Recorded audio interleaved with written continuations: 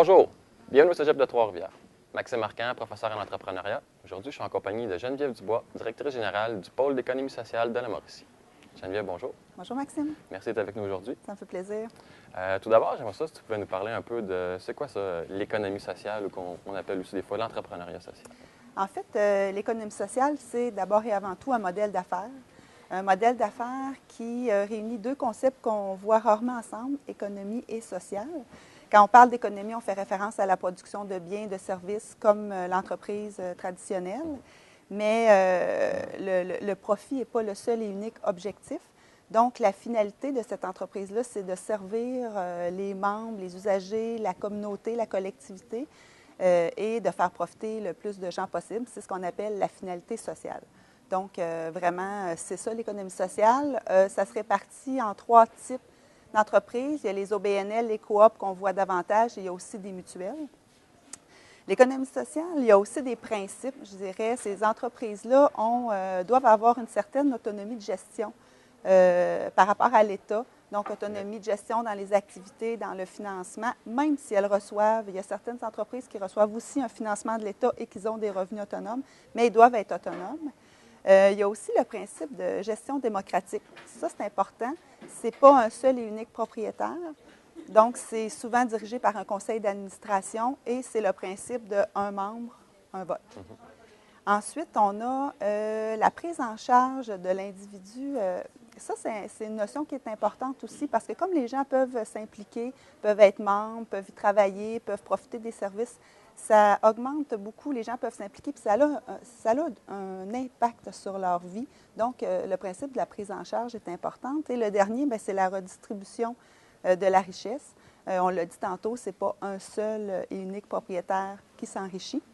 C'est donc les profits sont répartis au sein des membres, au sein des travailleurs, auprès des usagers, dans la collectivité ou carrément, ils réinvestissent les profits dans l'entreprise. Donc, c'est ce qui fait partie de l'économie sociale. Souvent, ça me fait penser, quand on parle d'économie sociale, les gens pensent des fois qu'on ne fait pas de profit.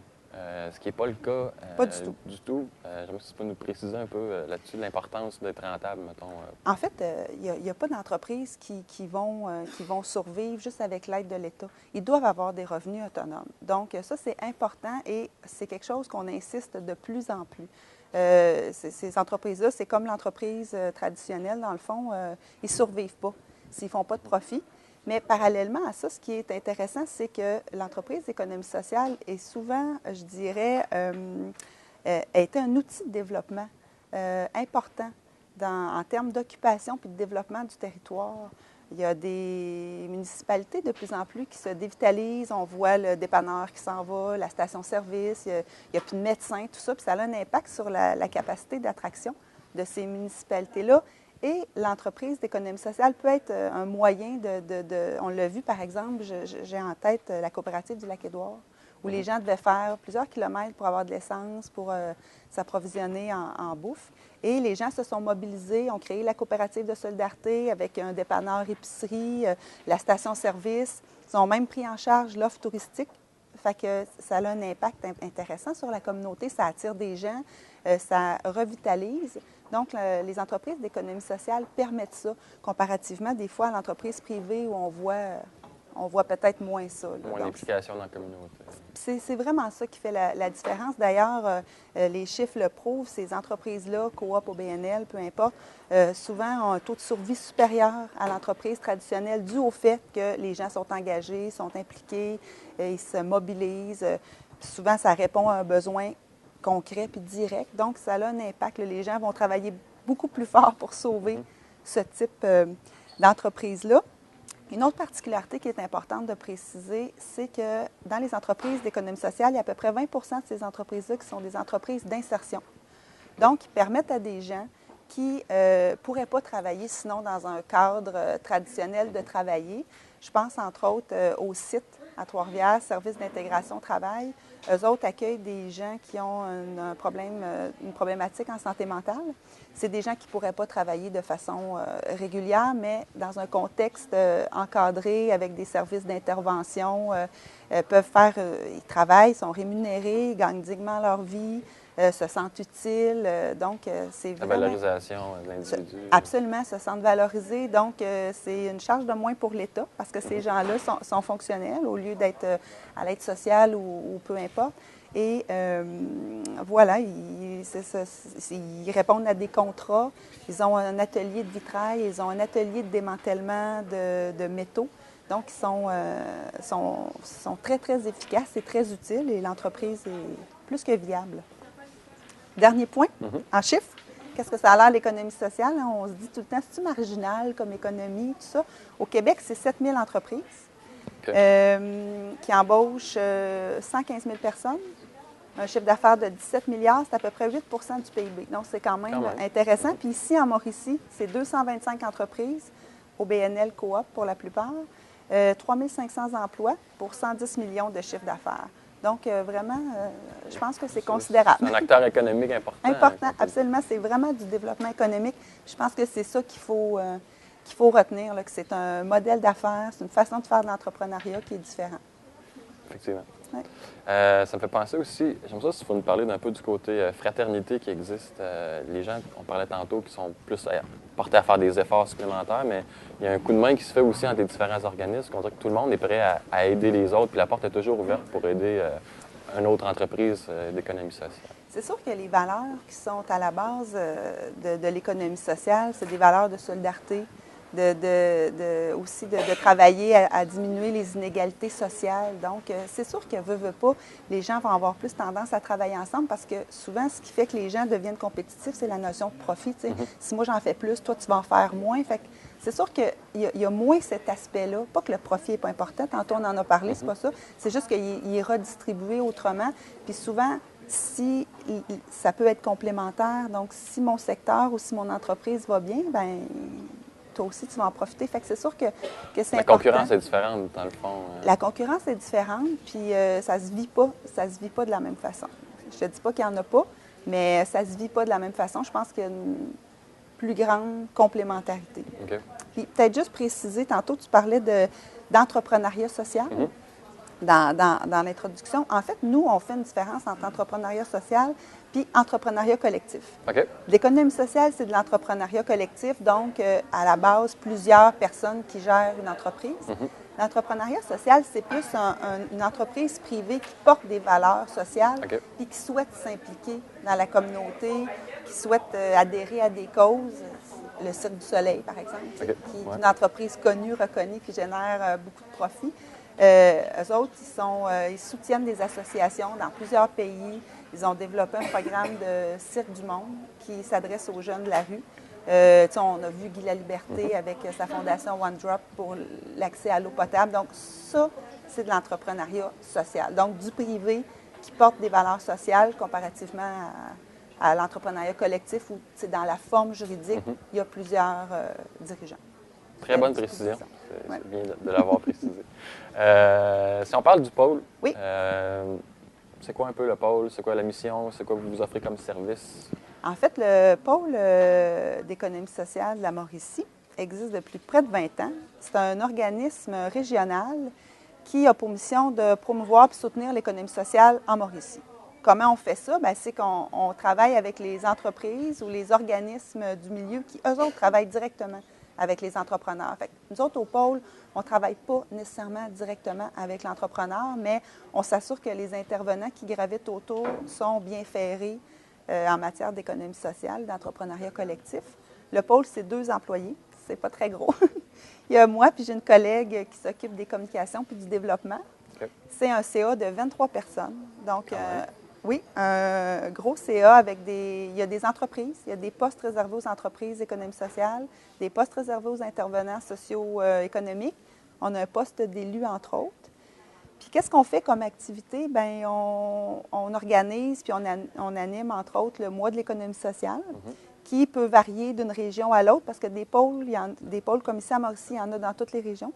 Nous, c'est en novembre, le mois de l'économie sociale. Puis, ce qu'on a choisi de faire, nous autres, cette année, c'est de promouvoir l'économie sociale dans tout ce qu'on peut. Donc, sur notre page Facebook, sur notre site Web, à tous les jours, on présente une entreprise de la Mauricie. Il y en a 225, fait qu'on ne pourra pas toutes les présenter, mais on va en présenter beaucoup. On a lancé aussi une chronique avec la radio de Shawinigan. Donc, une chronique qui s'appelle «L'économique sociale», qui est à toutes les semaines. On parle d'économie sociale, mais on profite surtout de la tribune pour présenter les entreprises de la région de Shawinigan. Ensuite, on développe des outils. On développe des outils qui vont servir aux intervenants jeunesse, soit dans les commissions scolaires ou dans les carrefours jeunesse-emploi, entre autres, qui s'occupent d'entrepreneuriat jeunesse. On a développé des outils aussi pour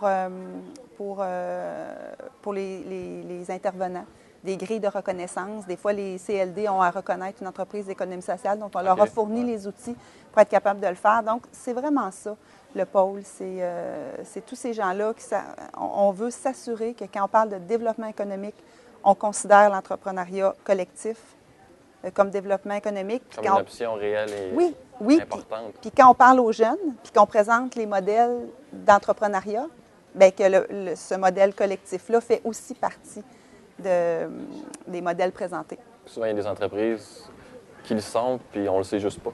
Oui. Fait que des fois, de faire un peu d'information, mais les gens vont faire « Ah, je ne savais pas que cette entreprise-là... » Des fois, on pense qu'on mélange économie sociale puis action communautaire. On pense que des organismes communautaires sont d'économie sociale, mais il y a une vingtaine de secteurs d'activités en économie sociale. Il y a dans le transport, quand on pense au transport collectif, souvent c'est des entreprises d'économie sociale. Tout l'agroalimentaire, les microbrasseries qu'on a ici à Morcy puis qui sont quand même très, très populaires, c'est de l'économie sociale. La grande majorité sont cette forme. Oui, la plupart sont des coops. Qui sont aussi de l'économie sociale. Tantôt, je parlais de médias. On a la radio de Shawinigan, on a la Gazette de la Mauricie, le Bulletin des Chenaux, qui sont des médias et qui sont des entreprises d'économie sociale. En environnement, les EC, qui s'occupent du territoire, c'est de l'économie sociale. Culture, on a les Sages-Fous à Trois-Rivières, qui sont connus partout dans le monde, qui sont une entreprise d'économie sociale. Les CPE, c'est de l'économie sociale. Souvent, même les gens ne le savent pas. Et on a des entreprises d'aide à la personne qui font, comme les entreprises d'économie sociale en aide domestique, qui vont chez les gens faire de l'entretien ménager, mais qui de plus en plus prennent soin aussi de ces gens-là. Puis ça permet de se rester plus longtemps à la maison. Donc, ça sauve des coûts à l'État. Donc, des secteurs là, très différents avec des entreprises tout aussi différentes. Donc, c'est vraiment très varié. Ouais. Si on va encourager, parce qu'on parle des fois de l'achat local pour revitaliser sa région, d'aider ou d'encourager ces entreprises-là, on s'assure en même temps de faire une pierre deux coups, dans le fond. Oui, on a développé au pôle un logo d'identification entreprise d'économie sociale. Okay. On invite les entreprises membres d'abord du pôle à s'afficher parce qu'on se dit que l'économie sociale a souvent eu le logo valeur ajoutée.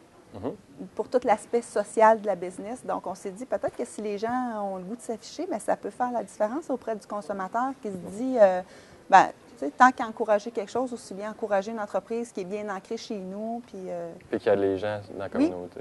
Oui, absolument. On a parlé tantôt de l'importance d'essayer de faire connaître l'entrepreneuriat social ou l'économie sociale aux jeunes parce que souvent, ce n'est pas un choix qui est offert.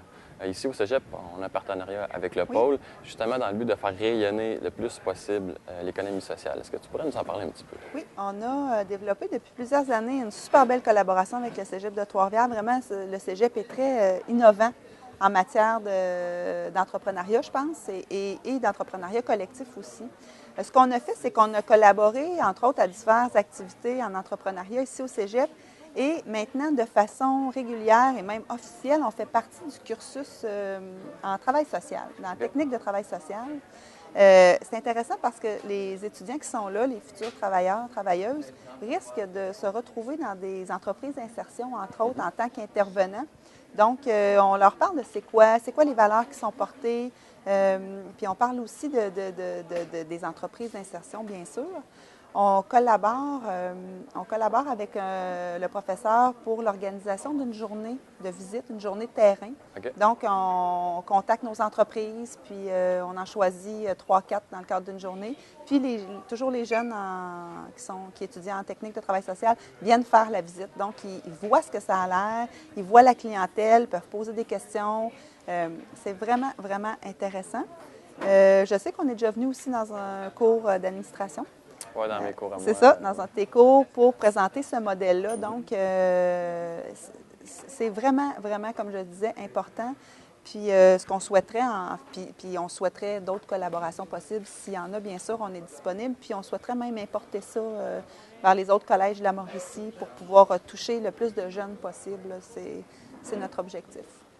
Si on a des jeunes qui seraient intéressés par cette avenue-là puis qui ne savent pas trop comment se diriger, qu'est-ce que tu leur conseillerais de faire comme démarche pour se lancer en économie sociale? Bien, en fait, la préoccupation du pôle, d'abord et avant tout, comme je disais tantôt, c'est de s'assurer que, premièrement, l'option leur est présentée. On a travaillé à un guide en collaboration avec la Commission scolaire de l'énergie, entre autres, à développer un guide pédagogique qui est destiné aux enseignants parce qu'on parle d'entrepreneuriat aux jeunes de plus en plus jeunes, au primaire. Fait que là, on a développé un guide pour le troisième cycle du primaire, puis c'était dans le cadre de fiches de lecture. Ça a l'air banal, mais il y avait des entrepreneurs qui étaient présentés, mais nous, on s'est assuré qu'il y ait aussi des entrepreneurs collectifs parce que c'est différent, parce que les valeurs sont différentes, puis ça peut... Le pari qu'on fait, c'est que la génération qui vient, puis celle qui est en âge d'avoir, de réfléchir à l'entrepreneuriat, ça peut peut-être coller davantage à leurs valeurs personnelles, dans le sens où la qualité de vie, c'est important, leur qualité de vie, mais la qualité de vie des collègues, puis de leurs employés, pour ceux qui sont gestionnaires, de travailler 80 heures par semaine. Peut-être ça les intéresse un peu moins que ça a déjà intéressé des générations passées. De faire du profit à tout prix, ça aussi, c'est peut-être moins de valeur, mais de partager le risque, de partager la charge de responsabilité, de s'engager dans la communauté, d'avoir une gestion démocratique. Je pense que ça, c'est des valeurs qui collent bien aux générations qui sont là. Fait que moi, je pense que plus qu'on va se permettre de leur présenter ce modèle-là dans le cadre des cours d'entrepreneuriat, des cours, peu importe, pour le secondaire, le primaire, bien, je pense que plus que ça va faire son bout de chemin puis que ça va être une option qui va être vraiment réelle puis envisageable pour ces jeunes-là.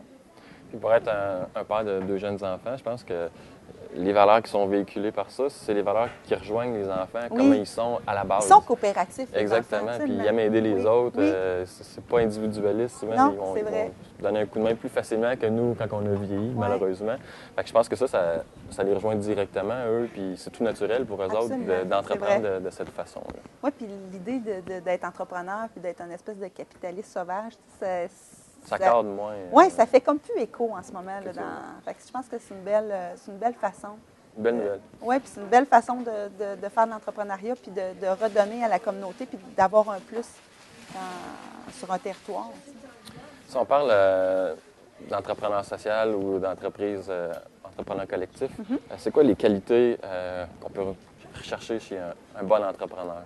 Bien, je pense que là, on a fait quand même, on a nommé beaucoup de particularités par rapport à l'économie sociale puis versus l'entrepreneuriat plus traditionnel, mais je pense que les qualités sont les mêmes à la base dans le sens où il faut être visionnaire, il faut être déterminé, je pense qu'il faut croire à son idée, il faut savoir s'entourer.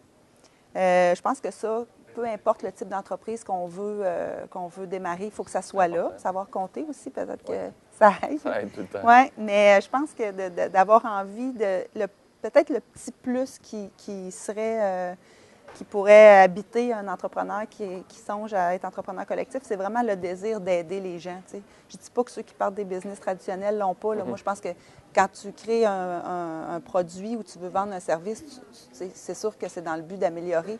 Mais tu sais, on n'est pas on n'est pas, je trouve, au même niveau. Mais sinon, à la base, les compétences sont les mêmes. Puis il y a beaucoup de similitudes entre l'entreprise privée et l'entrepreneuriat collectif dans les défis, entre autres. Tu sais, pour parler à des entrepreneurs collectifs, le défi de relève, ça touche les deux types d'entreprises, l'attraction puis la rétention de la main-d'œuvre. Ça touche aussi le financement. Donc, oui, il y a des particularités, mais il y a aussi beaucoup de similarités entre les deux types d'entreprises. Au niveau de l'innovation, c'est quand même un secteur où on essaie d'inventer souvent des services ou de l'aide qui sont inexistants. Donc, c'est des gens qui sont quand même très innovants dans ce qu'ils font. Oui, puis souvent, ils se retrouvent dans des secteurs que le privé n'était pas intéressé parce que ça avait l'air pas trop payant, il n'était pas certain que ça marchait, parce qu'il y a encore beaucoup de préjugés par rapport à l'économie sociale, que c'est une économie qui est qui n'est pas vraiment payante. Mais tantôt, je donnais des exemples d'entreprises de la Mauricie. Mais si on veut penser Québec, là, le zoo de Granby, c'est une entreprise d'économie sociale. Le village québécois d'antan, je veux dire, le zoo de Granby, là, il reçoit plus de 650 000 personnes par année. Fait que c'est quand même une entreprise, une PME intéressante. Ouais. Fait que c'est ça. Je pense qu'il faut passer au-delà des préjugés. Oui, absolument. Les idées préconçues qu'on a, oui. Que c'est pas de la pauvreté. C'est pas de la vraie économie. Ouais. Moi, je trouve que c'est à marginaliser oui, un peu. C'est ce préjugé-là, je trouve qu'il faut le plus défaire, surtout dans un temps en ce moment là, où c'est quand même une période qui n'est pas super gaie. Je pense qu'il faut encore plus parler de ça. Puis le Québec est quand même assez avancé en matière d'économie sociale par rapport aux autres pays, par rapport au Canada anglais. On se démarque. Fait que je pense que c'est important de continuer ce travail-là. C'est dans nos valeurs québécoises aussi. Absolument. Ouais. Tu parlais tantôt de l'importance d'être autonome financièrement. On est dans une période actuellement de coupe budgétaire assez importante. Je pense que le fait d'être pas pris à vivre seulement avec la subvention du gouvernement, bien, ça peut faire en sorte que s'il y a des coupes, bien, on survit quand même. Donc, on est mieux protégé et on est moins vulnérable à ce moment-là. Puis, tu sais, ce qui est intéressant de l'entreprise d'économie sociale, c'est que elle peut, comme l'entreprise, à un moment donné, tu t'assois, tu dis, bon, là, on a un défi de financement, on a un défi de revenus, qu'est-ce qu'on fait?